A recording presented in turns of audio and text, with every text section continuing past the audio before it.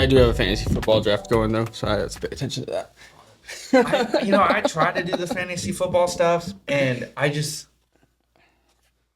never keep up with. But it's funny because You love football. when I watched like I may not watch all the games, but I keep up with all the games and all the players.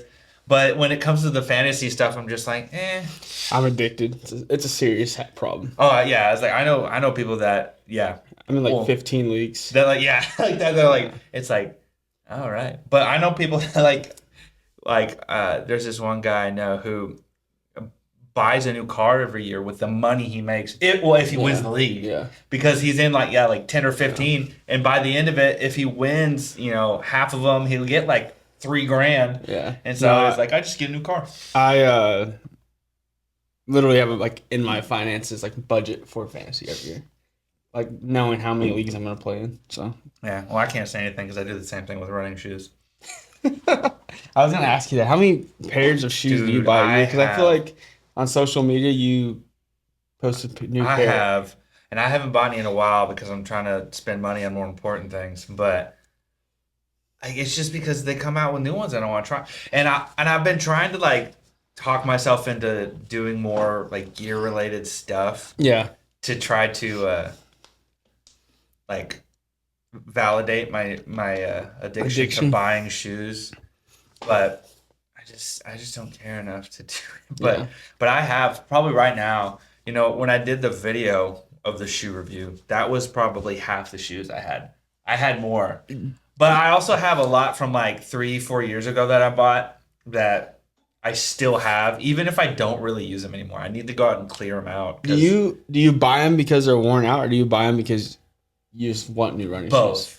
But there's some because as much as you run, how often do you wear out shoes? Honestly, I wouldn't. Your average, so my trainer shoes, the ones I told you about, the New Balance. Yeah. My favorite shoe right now. I think I'm wearing them right now, actually.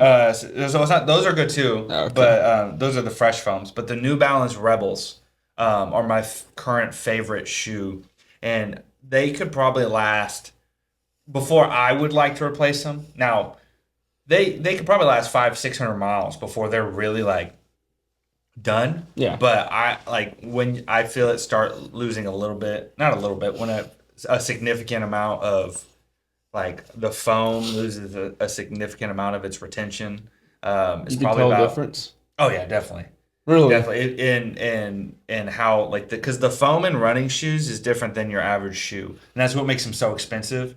And that's what I talk about in that video is the difference of the foam, because there's 3 different types, but the ones I usually run in are the more expensive type of foam because they're really light but they're really it's called a supercritical foam, meaning that they're very not necessarily dense, but they're light and squishy, but they spring back to their form.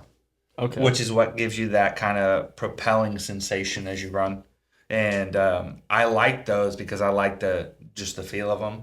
And I have a bunch of foot problems from years of cleats are the worst. Yeah, I was about to say, especially metal cleats. Yeah, and I didn't wear metal cleats.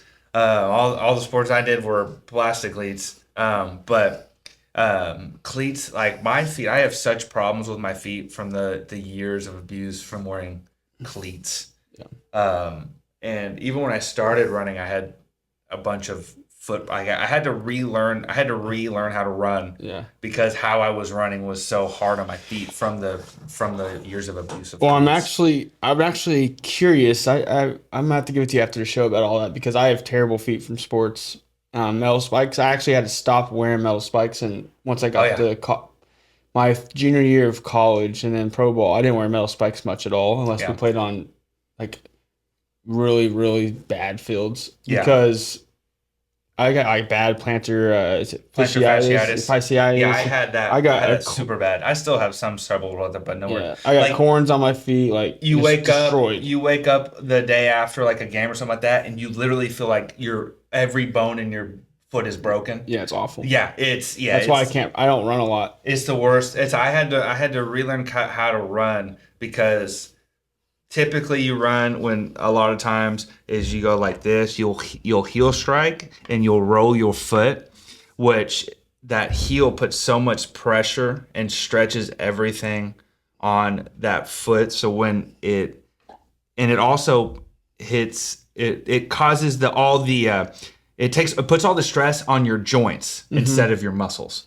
And so I had to fix it to where now I run where my foot lands. It's probably more of a 4-strike, which is like a sprinter, which is the ball of your foot. But anywhere from landing like a mid-strike or a 4-strike puts the stress on your muscles. But it's interesting because it's your running form really dictates how well you feel after a run, regardless of pace, whether you're running slow or fast. But interestingly enough, if you run with a better technique, you'll find you actually can run at a faster pace easier. Yeah. Because your muscles are doing the work and you're not like hindering yourself and hurting yourself. Gotcha. But that's actually what got me, and I think that was one of your first questions, or one of your questions, like into the running coaching stuff. That's what got me, is because I wanted to learn myself. Yeah. So I took I went and found a certification course and took it for myself so I could learn how to run. And then I'm like, I could teach other people to do this too. That's interesting, man. Yeah, because I just wanted to know, because I'm too stubborn to listen to other people. Yeah. So I was like, no, I need to know because I want to be right, not because I want somebody else to tell me. Yeah, no, I get that. So if you are watching this right now, that intro is more of a relaxed intro, but I'm gonna introduce Caleb. So this is Caleb Bowers. He is the host of the Fittish Dad podcast here on Thrive Media. And I thought it'd be nice to bring him on and kind of let him share his vision and story behind the podcast. And maybe some of y'all who watch the Thrive Coaching podcast haven't watched his, and maybe you could go over and click on his show now after he introduces himself, and you can get to know. He actually is very wise when it comes to everything about fitness and running, and obviously you just heard him talk about technique of running and how he has studied it and done the research. So he definitely, if he doesn't know it, he will go learn it. So no question is too far from him. Because it's funny because most people don't like being wrong, or like they want to be right. Yeah. I just hate being wrong. Yeah. I don't have a problem with like wanting to be right. Is if I'm wrong, I'm gonna make sure that I fix it. Because I hate being wrong. So that's like it is. Most people, they'll argue till they're blue in the face to try to prove they're right, even if they know they're wrong. If I know I'm wrong, I'm immediately going, nope, I'm wrong. Let me fix it because I want to be right. No, I get that. I hate being wrong. So if you are watching, Caleb is actually funny. His stories were actually probably each other's first friend ever. Yeah, definitely known you longer than almost anybody else on this earth outside of my parents. Literally since we were in diapers. And I feel like we have not always been the closest, but no matter what, like we will always have like this relationship that just because like we are always in each other's lives at different seasons, like whether it was church, youth groups, like we always found ourselves somehow ending up back in each other's lives. Yeah. And it's funny that now our kids are in the same nursery, same exact room, doing the same exact things. It's kind of wild, like that when we were at your house, and I'm gonna have to get used to this because I'm used to one person and looking at the camera. I get it. So I'm talking to a person. But when we were at your house, and all the boys and Jonas, obviously with Jude out there too. All of us growing up together, and then our sons we look in the backyard and they had stripped butt naked, running around playing on the water like slide, and I just like. Yep, yeah, here we go. Yeah. I was like, Brooke's like, what are they doing? I was like, they're just being like their dads. Yeah, no, and it was never a weekend with each other where me and Caleb didn't end up in a fight. One of us punching each other. Legit. Not like pushing, shoving, like throwing hands. But it's because we were like brothers. I mean, especially when we worked in Fate. Like I was at your house every day in the summer. Oh, yeah. Every single day. And what's funny is Cambria lived in that neighborhood. Oh, really? Yeah. That's funny. It's because I was like, either at my house or I'd ride my bike to the shop and we'd play on either the track or we'd go. Just get and every time I drive by there too, I always like, And I was like, wow, what a wild time. Lots of memories. Yeah.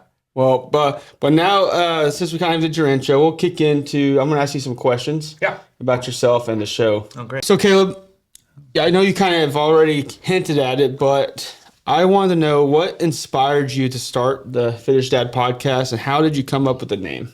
Well, what inspired me is I really love telling people what to do. No, I was kidding. It's a good trait. As long as you take it the right way. Well, I do like talking to people. But actually, the biggest thing is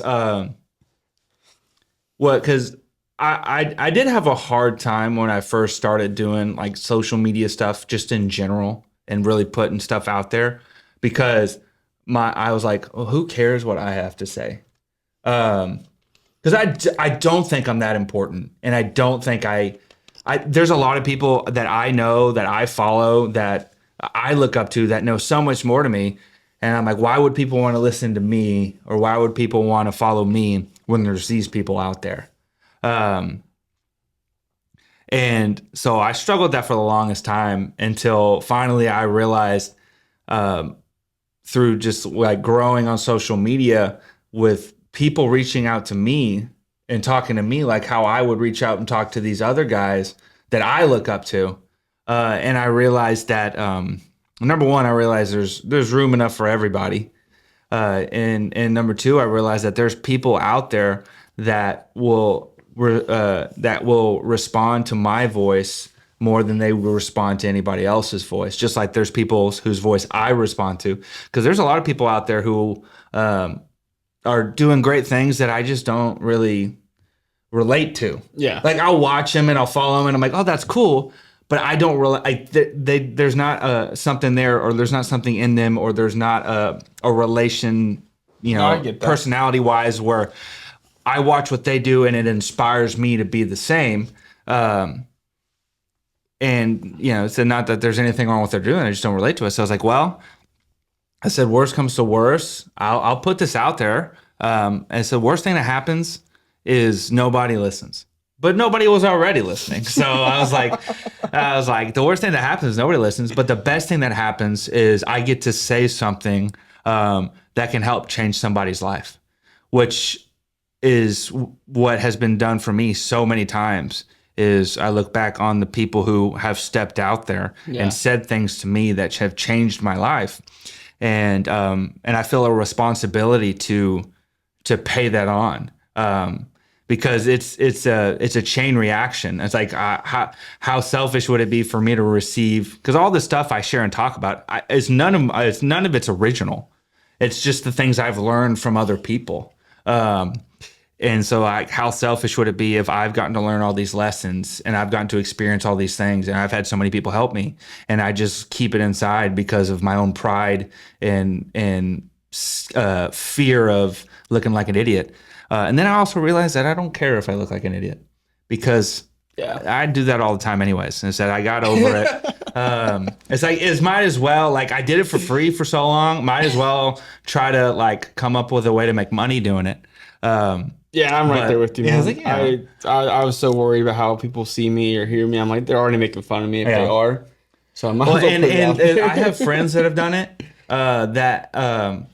Like Brandon, like I remember when he started his stuff. I told him this when I started working with him on some stuff. I said, dude, I'll be honest. When you started, I said, what the heck is Brandon doing? And it wasn't like I wasn't. Well, did you see his first video today? Yeah, I saw that. It's bad. Yeah, it's Sorry, bad. Brandon. That was bad. Well, that's why he posted it. Though. I felt good because I don't think my first one was that bad. So it made me feel like I got some promise. Yeah. I was like, I don't feel like mine was that cringy. Like production wise, it might not have been the best, but like content wise, it wasn't as cringy. But I just realized, but I look at it now, and I'm like, I told him, I said, dude, I didn't apologize. I said I was one of those ones, like, and I wasn't like openly like making, but like internally, I was like, dude, what are you? Who wants to listen to you, Brandon? And now I'm like, well. I was wrong. I told him, I said, dude, I was wrong. I said, you're doing awesome stuff, man. And that also is kind of what inspired me, is that, is they may be right or they may be wrong, but either way, who cares? Right. Yeah. And then coming up with the name, podcast name generator. I was about to say ChatGPT. Yeah, I was like podcast name generator. I typed in just because I was like, I don't know, and so I just typed in what I think I typed in like the slogan or something like that. Where we talk about, said how the importance of physical, mental, and emotional health as it according, and how it relates to being a husband, a father, and a man. And one of the ones that popped up was Fit-ish Dad Podcast, which and a couple other ones right underneath that category. Yeah, well, and I liked it because it because I'm not like, I'm never going to be, because I just don't care. I'm not going to be like a shredded or like a 6 minute mile, 2 hour and 40-minute marathon. David, because I just don't care about that. That's not why I do it. I don't really care about the aesthetic of it. Now, obviously I know as I do it, as I train more and stuff like that, there will be physical changes and, I may benefits. Look different but I don't care about those, honestly. Said I have a beautiful wife who's already stuck with me. So like, I don't care about having an 8-pack. Yeah. And so, the fit-ish was kind of, and I wanted it to be realized because like my personality is weird. I'm very serious, but I also joke a lot.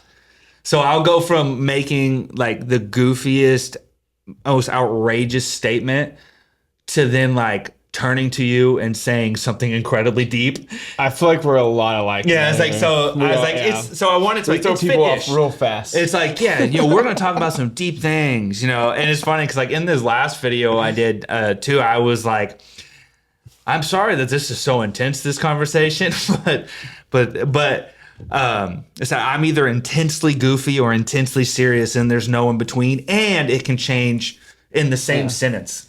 But funny enough, Cambry actually made a comment on one of your videos. She was like, he kind of seemed like Justin Waller in that one subject. Like, you're like super passionate about it. Oh, yeah. He was like, I felt like he was talking to me through the screen. Oh, no, it doesn't. No, it's kind of like, I look at the camera and I was like, yeah. But it was like, I was like, because and especially since I do a solo one, I act like I'm talking to the person on the other side. And so I was like, I really, because, and I want to say things that I would respond to. Because sometimes some people just, is even, I don't, like I said, I don't say anything groundbreaking. I don't talk anything that's like something that I came up with. I said it's all stuff that I've learned from other people teaching me. But sometimes you just need someone to point at you and get you right in your face and say, fix this. At least that's how I respond. I respond to the thing. Like even in sports and stuff like that, when coach would get on to you and get in your face, and like I responded well to that. I know people complain about that kind of stuff, but like especially when I went from a 6A public high school to a small Christian private school in college, and like the coaching styles. Luckily, my position coach, like our head coach and stuff like that, it was a very conservative Christian school. So they, not that I'm into like, with like cussing and stuff like that, but that type of intensity, they just didn't have it. And but it's just something. But my position coach, I remember he said, I know like they're all this, and I know we're at a Christian school, stuff like that. He goes, but he said, I'm gonna ride you, and I'm like, that's what I need right there. And funny enough, at Oral Roberts, my strength coach used to just cuss us. Dude, let us have it. At 5 a.m. in the morning, literally just rip us. Well, there's like, it's almost like it's just in situations like that. Maybe it's a masculine thing where I'm like, it feels like required. Like I can't. Like, I don't know. I'm gonna be honest with you. It is required, and I hate to say it, but no. I can't get motivated if my coach is like, "Move your butt." I'm sorry. I'm sorry, but like, even in the Bible, it said these men went to war. Yeah. I was like war, and like you can't tell me they weren't incredibly intense. Like, because war is intense. Yeah. But He said, no, he said, because there's a difference between being intense and being vulgar. Yeah. I said, like, there's a difference between strong language and vulgar language. Like stubbing your toe at 3 o'clock in the morning when it's, you're trying to get your son another chocolate bottle. That draws out strong language. But like just in a conversation like this, when like throwing in a cuss word in the middle of a sentence is unnecessary because it does not provoke strong language, is vulgar, is unnecessary, ignorant. But yeah. But the most impactful statements that pastors and men of God have given me have been times where they've gotten in my face, and a couple times been like, said, "You need to get your ass in gear," and I'm like, "Yes, sir." But it's like it's like, but I didn't take it as like a vulgar or like they had committed some sin or something like that. It was an intensity that was required for me to react and go, all right, we need to make some changes. No, I agree with that. So speaking of changes, I know I was texting you this week. So funny enough, just asking you. I actually asked you the same question, and I know your next episode is going to be kind of hinting at this, or already released, just released it. Yeah. So I tend to talk about the same thing every time. How do you stay motivated to maintain a healthy lifestyle despite a busy schedule? Well, number one, motivation is a poor fuel. It's great when you have it, but it is not a sustainable fuel.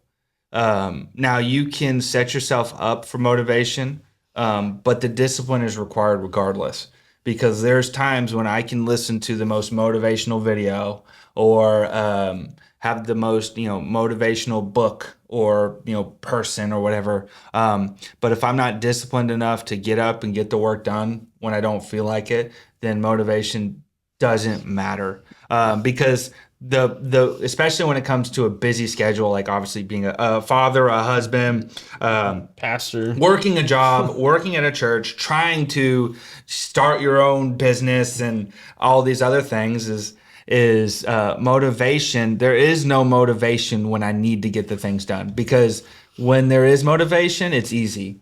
It's the discipline that's required when it's not. Because 4 a.m., like I said, the 4 a.m., 10 p.m., 4 a.m. runs or 10 p.m. runs are never motivational. They're always discipline. They're always because I made myself. Now, interestingly enough, usually after I start doing it, I become very motivated. Yeah. But the first step out of bed, or that first step because like when I say 10 p.m., it's like I'm going to run. It's either before everybody wakes up or after everybody goes to sleep. Your 10 p.m. runs, where do you run at? Because I see a lot of your videos, you run like in the woods. Are you running like in the woods at 10 p.m.? No. If I'm doing a 10 p.m. run, it's on the treadmill. Most of the time. Okay. Now I'll do occasionally. So especially like for this race. Sorry, my wife's texting me. You're good. So you're not against treadmills? No, I hate treadmills. And actually, so interestingly enough, so for my 100-mile race, it's the Run Your Race. It's hosted by Steve Weatherford, which, if you don't know, he was actually the punter for the Giants when they beat the Patriots in the Super Bowl. But he's shows you how much punters are remembered, because I don't know that name at all. But he was I think I know he was pro ball. I don't think he was all pro. Yeah. But and now he's an evangelist. But he does a lot of fitness stuff too. Okay. He actually my coach, the one that's coaching me for the 100-miler, his name is Pierce Show. These are all, like, when I talk about guys I look up to, these are the guys that I watch and look up to and stuff like that. But Pierce is coaching me for the 100-miler, because he's the youngest person to complete the Triple Crown of the 200 races, which there's these the Tahoe 200, the Moab 240, and I can't remember what the other 200-mile race is, but he did all of them at like age 20. And it's over the span of like 6 months. Really? Yeah. Jeez. Yeah, he's like, I said, these are people who have done incredible things amongst incredible people. And so, what was I talking about? Oh, right. Your 100-mile race. Yeah, 100-mile race. Where's this at? So it's going to be in Austin, but it's a 100-mile race, but it's a 1-mile loop. How's that work? So you just do the loop. So the run your race, like insanity. The run your race. So and what I it race is, cars in a circle. You do a circle, yeah. The run your race. So what it is it's technically like it's you run as much as you want. That's so my like kind if of you race. want to do 1 mile, you do 1 mile. If you want to do 100 miles, you do 100 miles.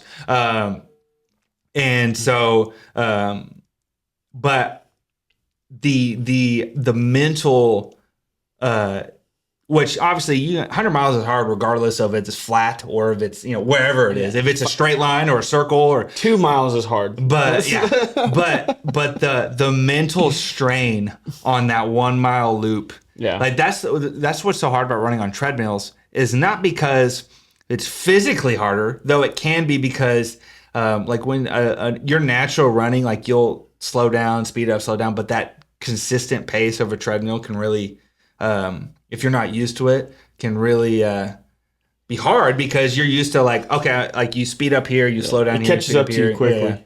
So you end up running slower on a treadmill because that pace is consistent. So you got to pick a pace that you can consistently run at the same exact speed for however long you're doing it. But like today I have a 13-mile run and I'm going to do it on a treadmill. This is going to be the most difficult. I've never done more than 8 miles on a treadmill. Really? Yeah. Even I've done more than that. Just because it's in a week, but I've done more than that. It's like it was 1 mile over the course of 6 months, but yeah. So I'm gonna because like this, we had our conference this week at church, and so like we've been getting home super late, and I've done pretty good at waking up early and still getting my runs in. Yeah. But like this morning, I woke up and I was like. Because it's Saturday, so I have all day. I'm like, I'll do it in the afternoon. So once I put my wife and son down for their afternoon nap, because it's important for both of them, I said I'm gonna go in the garage on the treadmill, which makes it even worse because it's in the garage. So like, there's no air movement and it's hot. Yeah. So I cheated. I put a mini split right next to my treadmill. I'm gonna bring a fan at the very least, and I may even open the garage door and everybody, but because like when I run on the treadmill in the garage, I pretty much run in my underwear because it's so hot. But I'm like, the whole neighborhood's gonna see me in all my glory, but who cares? Yeah, I'm like I said, healthy. fit-ish. It's fit-ish. Look it. I can do it, but I don't look it. So you said you have a coach.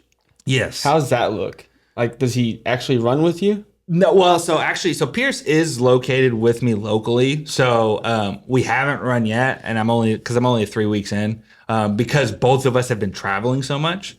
But I probably will run with him some, just because I also want to be friends with him outside of just being a coach. Yeah. Which I told him, I said, hey man, because we have a lot of connections through other friends.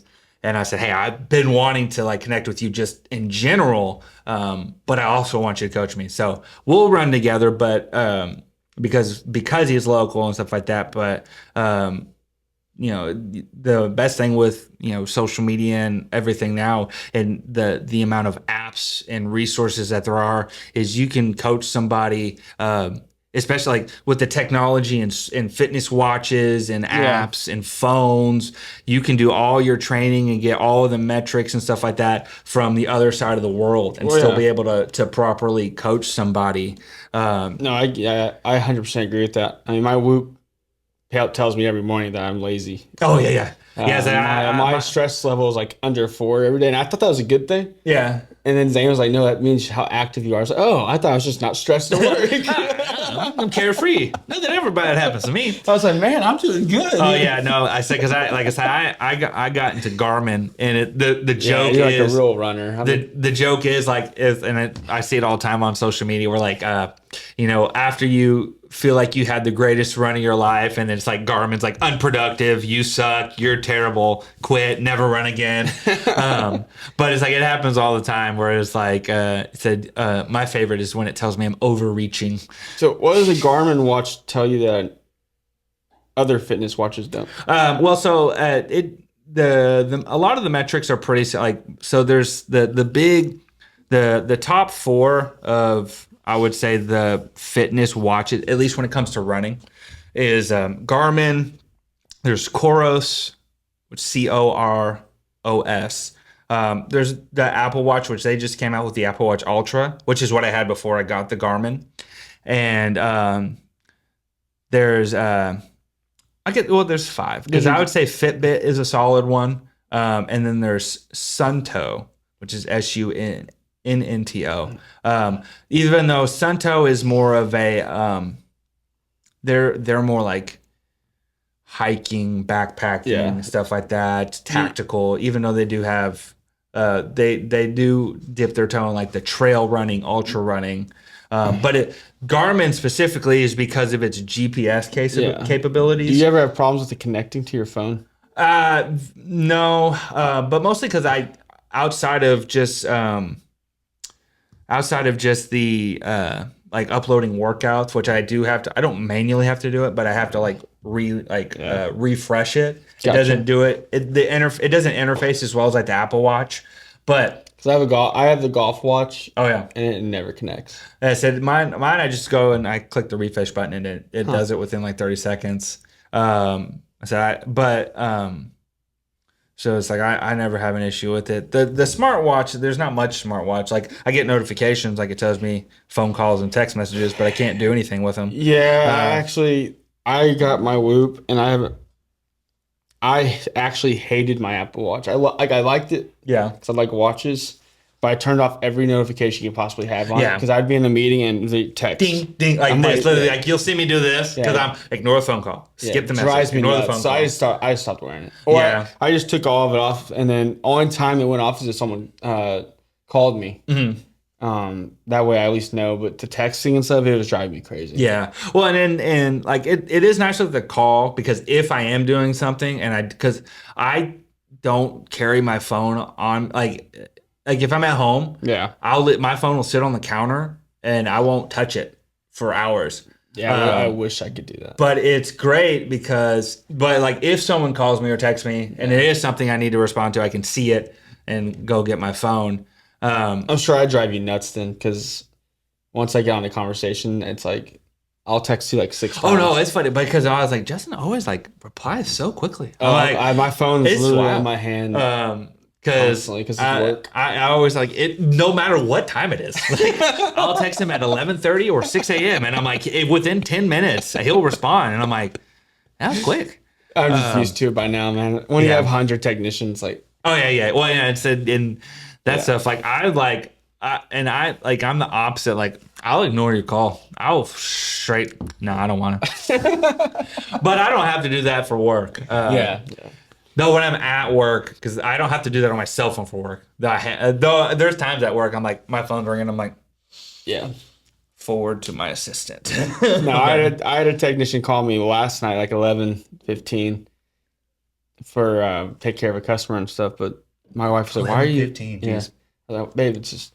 Well, I guess if he's calling me, it means no one else answers the phone. Yeah, so, there's problems. But yeah, anyways, not to get off topic here. I know we could. Let's talk about the intricacies of the HVAC system. Yeah, no one would watch. They'd all quit right now. Like they literally exit out of the video. Nah, go on YouTube. This is for free. Go watch HVAC installs on YouTube. You'd be incredibly surprised by how interesting they are. Watching these technicians do all these things in 150-degree attics. It sucks. Been there, done that. It's not fun. So to kind of just end on a good note here, and that people, I guess I got kind of 2-part question. Can you talk about a moment where at what moment did you realize you needed to get your fitness on track? And then what future topics can your listeners expect from you? Like, is it always going to be running, or is it going to be deeper into it? Mm-hmm. The moment, so I'll give you 2 moments. I'll give you a moment where I realized I needed to change, and I'll give you the moment where I realized this is something I want to be a big part of my life. Okay. Because I do realize and recognize that most people I talk to probably aren't going to make it running specifically, but like just may not be like something where I'm trying to make it a part of like how I make money and like where I'm trying to make it a significant portion of my life. It may just be like a supplemental thing, which is what most people it's going to be, which is what it needs to be. But the moment I realized I needed to make a change is because, well, number one, like growing up and stuff like that, I was always just very active in sports and stuff like that, but I struggled heavily with addiction and depression. It started in high school with drinking, partying, sex, pornography, and it carried on into college, and I quit drinking in college. I quit partying. I quit drugs, all those things. And I say drugs, like I wasn't doing like heroin. Yeah, I know. But I know. but like my thing was, I got injured in college, Mary and Jane. I had to have surgery. I struggled with pills. Struggled with because got a bunch of hydrocodone and struggled with pain pills and popping pills and stuff like that. And that's very common for athletes. Yeah, well, it's because you just That's all they give you. Yeah, and you pop them, and you realize after you pop them, you don't feel anything, and feeling nothing feels great. Because I was running from a lot of stuff, and I was not dealing with the things I needed to deal with, and I did not believe in my ability to do hard things. I fully believed that I was good for nothing, that I was a loser, that I would always do things wrong, that I would always mess things up, which is, like I said, where the depression played in, how those fed off each other. And it bled over into my marriage and just kept struggling with, but yes, it bled over into the marriage. Struggled with pornography, struggled with depression, struggled with with overeating. That's a big thing that a lot of guys. I was actually with a group of guys that I meet with on Saturday mornings. I was talking about this morning. Is that men don't really talk about is the struggle with food. Is because it's literally we're symbolically stuffing our feelings down with the food that we're eating. Which is why men have such a bad tendency to overeat. I agree with that. Yeah, we're literally stuffing. Because I used to do it, even like in college stuff like that. Like I would like, or even like when Brooke and I were first starting dating. It's like we'd hang out and stuff like that, and then I'd leave her house, be like 1 or 2 in the morning, and I would stop at like a gas station. And I would buy a family-sized bag of chips, and then I'd go home and I'd eat the whole bag of chips every single night, watching whatever crap and stuff like that, because I was just literally stuffing the feelings of being insignificant, the feelings of being a loser, the feelings of never being good enough, the feelings of if everybody knew how imperfect I was, nobody would love me. I could never do anything right. I have to be seen as perfect, or everybody will leave me, or everybody will see how much of a loser I am. I'm such an imposter. All the things, and it was, and then. All of this came out within like a year of our marriage, and I started going to a counselor. And I wish I had a story where I started going to a counselor and everything became better. But unfortunately, that's not my story because I'm a very stubborn person. And so but it would get a little better, and then it would go back to being bad. Luckily, it's never gone back. Like whenever it's fallen back, it's never gone back to being worse than it was before. Yeah. It's always like 3 steps forward, 2 steps back, which I wish, like I said, I wish that wasn't the case, but I have to accept reality for what it is and realize that even though my progress is not perfect or what I would want it to be, and I'm very jealous of people whose progress is perfect, but I also realize that they have done work that I have not been willing to do, so I have not gotten to that place yet, and which I said is the stubborn pride in me. And so a couple years ago, it was July actually, so just over 4 years ago now. Oh, geez. I realized so I needed to do something different. I said I cannot expect any change if I'm not willing to make a change, because I realized I was the problem. Was it Taylor Swift? It's me. Hi, I'm the problem. It's me. Yeah, it's probably me in my marriage too. But I am stubborn also. It's me. I'm the problem. And so I remembered back to because I actually had a few years prior had considered becoming a police officer. And I part didn't of know that. yeah, so part of becoming a police officer, you have to do a fitness test, and part of it was running a 2 mile and under. I think it was like 22 minutes or something. I don't remember, 21 minutes. And so I trained a little bit for that. And through that, I was like, actually, this running isn't all that bad. I remember, because I remember talking to Burke, it's like, I felt great emotionally and physically during that time of training for, running and stuff like that. And I remember we were on vacation. We were in Mexico. And I was talking to her about this because I was kind of telling her, I was like, hey, I'm struggling mentally. I had lost, it was after Pastor Mike had passed away. So it was 3 years, not 4 years. Pastor Mike had passed away, who, the greatest man I have ever, I pretty sure will ever know, who I owe like my life to. I said, he's the only reason my parents got married, which is in turn the only reason I got born. And through everything I've ever been through, said he always was there with me, and he's the reason I have the wife I have my son. Like, I owe my life to him. Yeah, same. And he said, obviously, I know I owe my life to God and to Jesus, but they used him, and he was the best representation of Jesus that I have ever met on this earth. But it cut me off at the knees and knocked the wind out of me, because I realized I had built my life on Pastor Mike and Pastor Mike's faith. And I don't know, it's like, what does that have to do with fitness? But I said, like, fitness is my fitness journey and running journey. I said, why, like, so many times I talk about things where it's like, dude, I just want to know what's the best workout to do. It's like, but it's like, and in terms there's of more to it. Well, like, aesthetically and stuff, like, I don't give a crap about, I mean, I do. I mean, but like, in terms of, if you want to talk about something that's going to change your life, that's great. But those are just all byproducts of either a greater problem or a greater solution. Yeah.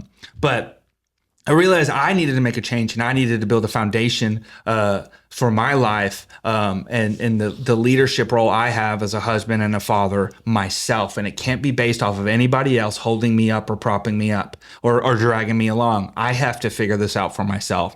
And so I was like, I just started running because it's a sickness. I just started running. I was like, I tell people, anyone who likes to run is sick. Yeah, I was like, I just started running, but it was because of the challenge of it. Because I'm not a natural distance runner. Yeah. I'm very fast. I'm a sprinter. That it's always been my thing. I used to joke about it in high school and college that I was not a distance runner.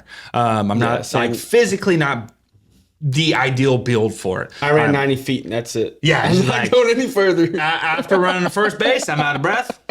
Next batter better get me home. I literally hated hitting triples. Yeah. It's like doubles were bad enough. See, like, and even like I just slow pitch softball now, and I'm like, if I get to first base, I tell the next person, bring me home. I don't want to keep doing this. Yeah. What was I saying? Sorry, no, you guys. Like I said, very intense to very goofy at the same time. But I realized I had to figure this out for myself. So I started running because it was something that, number one, I didn't want to do. Even though I did want to do, I didn't want to do it. Yeah. And it was something that challenged me. It wasn't something that came easy, because I've always done something that came easy to me.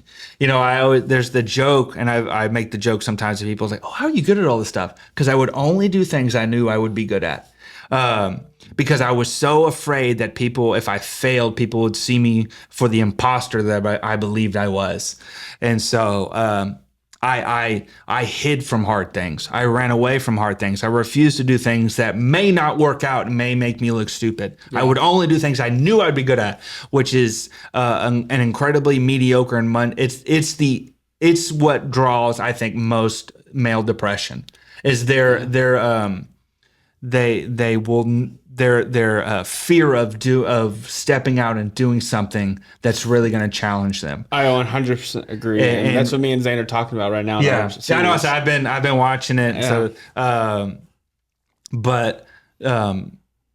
So I started running, and I was like, oh. Okay. And after I ran 4 times, and I'm like, I could run a marathon. I was like, I could run a marathon. And so the Dallas Marathon was in this was end of July, beginning August. So right now, Dallas Marathon's in December of every year. So I signed up for it. Not really realizing what I got myself into. And I trained, I ran, and I did not train near enough. But I did it, and I finished in 5 hours and 47 minutes, which is slow. Yes. But I finished it. And I remember, sorry, I might get emotional, because they had these signs 800 meters to finish, almost 600 meters to finish, 400 meters to finish. And when I saw 200 meters to finish, I remember telling myself, I'm going to finish something. I'm going to finish this. I'm sprinting down that to the finish line, and I cross it. And it's I didn't give up. I didn't quit. I'm not a loser. That's awesome. And that's what it's I proved to myself that I could do something hard. And so that's why that's what triggered it. So it was the beginning of feeling I have to figure this out for myself. And then it was when I proved myself right. And you see those jokes, I see it all the time. They're usually about golf, where someone's I don't know what this is such a big deal. Why guys love this? And then he hits it and he's I'm going to spend my life chasing this feeling. That was me. Yeah. I crossed the finish line, and I remember I was so dead, but I went to Brooke and I was I want to do it again. Immediately I was I want to do this. I loved it. The struggle, the challenge, the pain. I loved it. I loved, because I've felt the struggle and I've felt the challenge, but it was always to make my life worse. And I was and I was talking about this with the guys this morning. It's life sucks. Life is hard for every single person. There's going to be suffering. There's going to be challenge. It said, but you have to approach the challenge to help yourself grow, not to hold yourself back. Yeah. And so that's what sparked me into this whole journey, is because I realized that there are men out there that need this. That there's men out there that are just like me, that feel the things that I do. And if I don't mind looking like an idiot sometimes and just sharing what my experience is, that they may be able to make the same changes too and do better than I did. Yeah. Or avoid it altogether, which would be ideal. If they could avoid it altogether, that'd be great. But if they haven't or they can't, I'd love to help them through that too. But no, I love that. And now, I will kind of say, you are trying to get back into coaching. I saw that. Yeah, and that's actually, so bringing up, So are we going to get a running club? I know I brought that up before. Yeah, no, so I definitely want to, because number one, it's biggest thing is I want to help people. And I know there's always the money thing. It's always and I've decided, that my job is not to worry about money. My job is to worry about helping people, because God's purpose for me is to help people. Well, it's His money too. Yeah, and so I was and money, the money day wise, people learn that money starts. I'm not worried about it. Said that God said He would if I would be faithful in what He's given me, that He would take care of the rest. It says, seek first the kingdom of God and all these other things. Because the before that verse, everybody knows that one. But it's talking about that it says, do not chase what you would wear, what you would eat, or you would live as the heathens do. But instead, seek God and all His righteousness. Seek first the kingdom of God. And all the things that these men of the world chase after will begin to chase after you, is what it's saying. Yeah. And so it's and my purpose for the kingdom of God is to help men. And I say men, I'm open to helping anybody, but I say this in all my videos, I say men, and because I specifically know how to deal with men, because I'm a man. Yeah.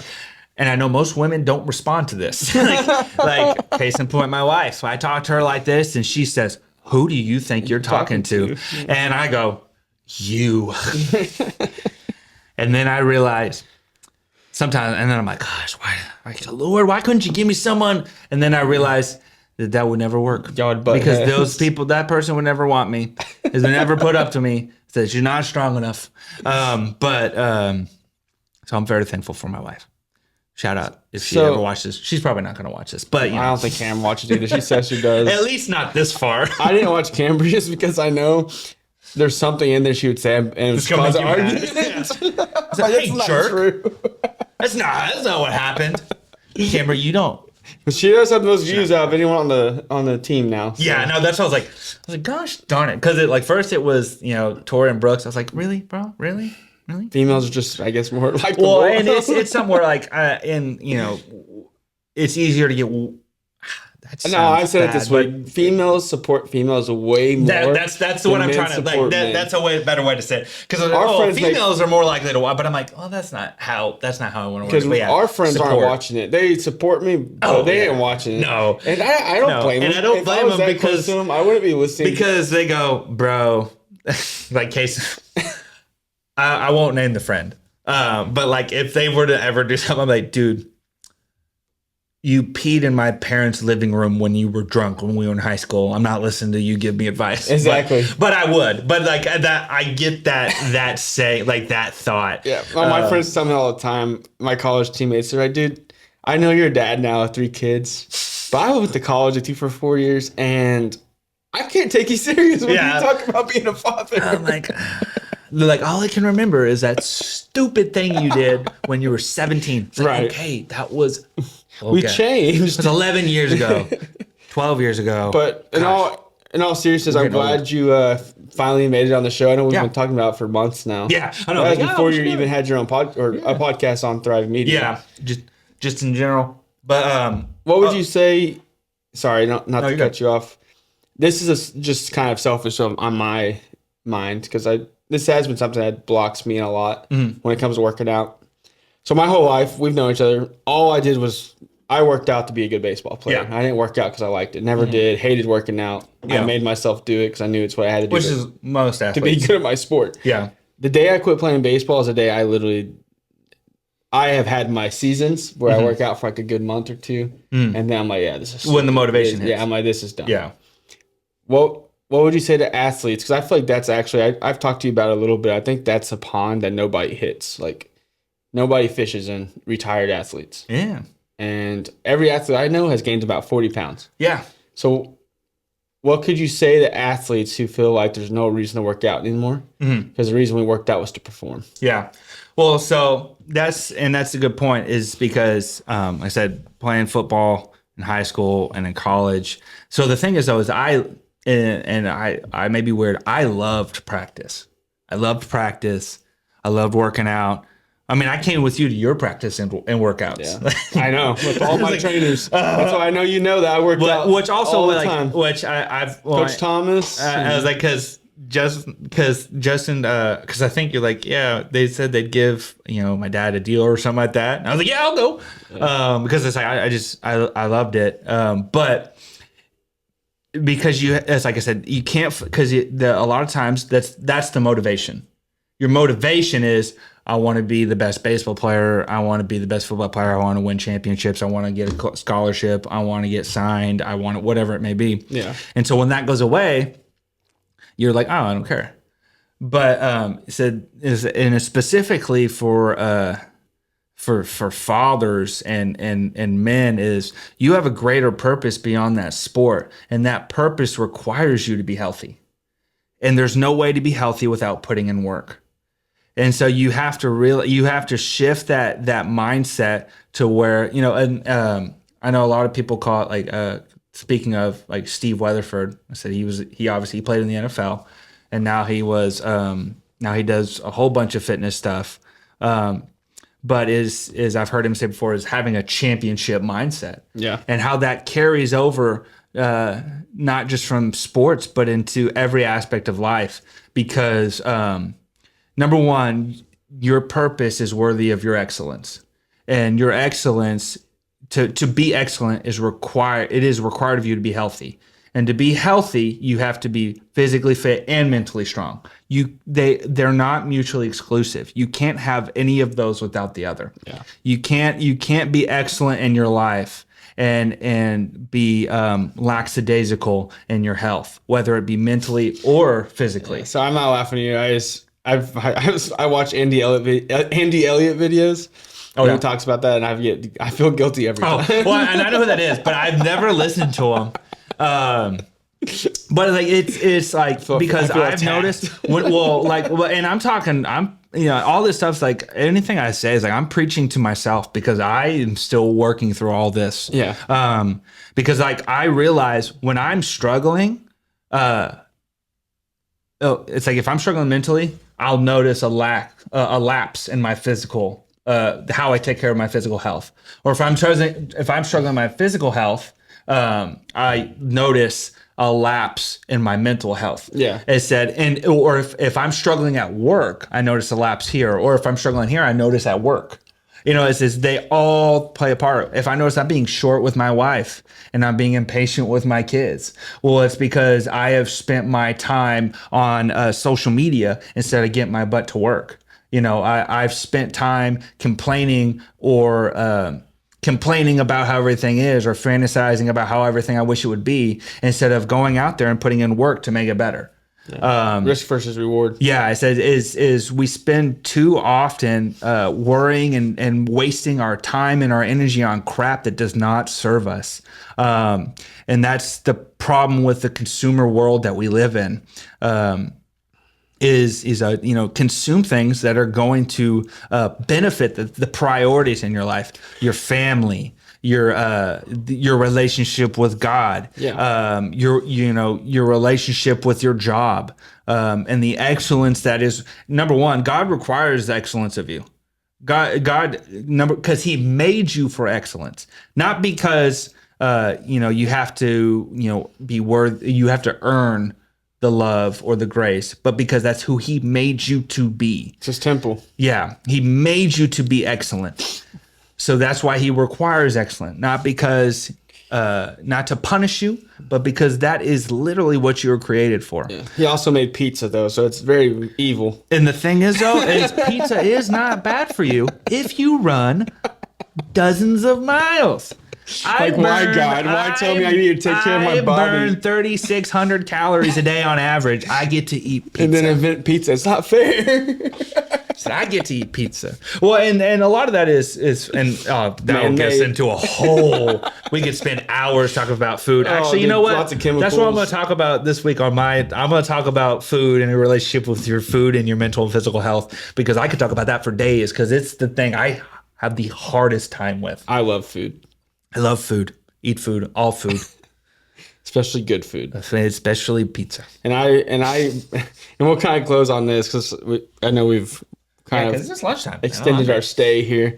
Yeah, I love food, and I burnt myself out eating chicken and rice for 4 years straight in college.